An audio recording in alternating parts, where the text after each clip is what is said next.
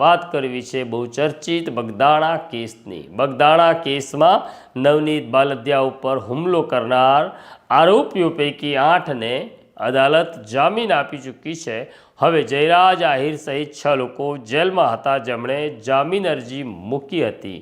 આ તમામની જામીન અરજી અદાલતે ગ્રાહ્ય રાખી તેમને જામીન ઉપર મુક્ત કરતા કહ્યું કે તમારે સોશિયલ મીડિયા ઉપર આ કેસના કોઈ પણ ગુણદોષની ચર્ચા કરવાની નથી અને જો સોશિયલ મીડિયામાં કોઈએ ચર્ચા કરી હોય તો તમારે તે પોસ્ટ ઉપર કોમેન્ટ પણ કરવાની નથી, કારણ કે અદાલત ઈચ્છે છે શાંતિ જળવાઈ રહે।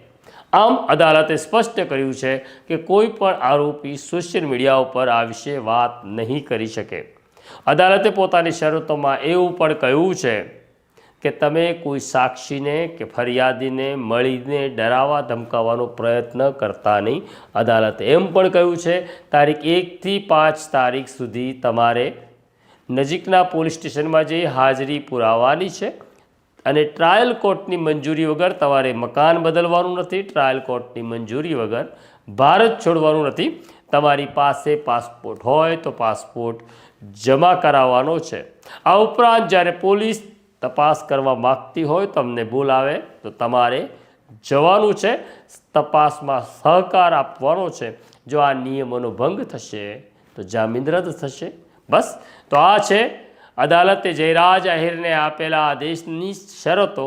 આ પ્રકારની સ્ટોરી આપણે નવજીવન ન્યૂઝ ઉપર જોતા રહીશું, એટલે અમારી ચેનલને સબસ્ક્રાઈબ કરો, સ્ટોરીને લાઈક કરો।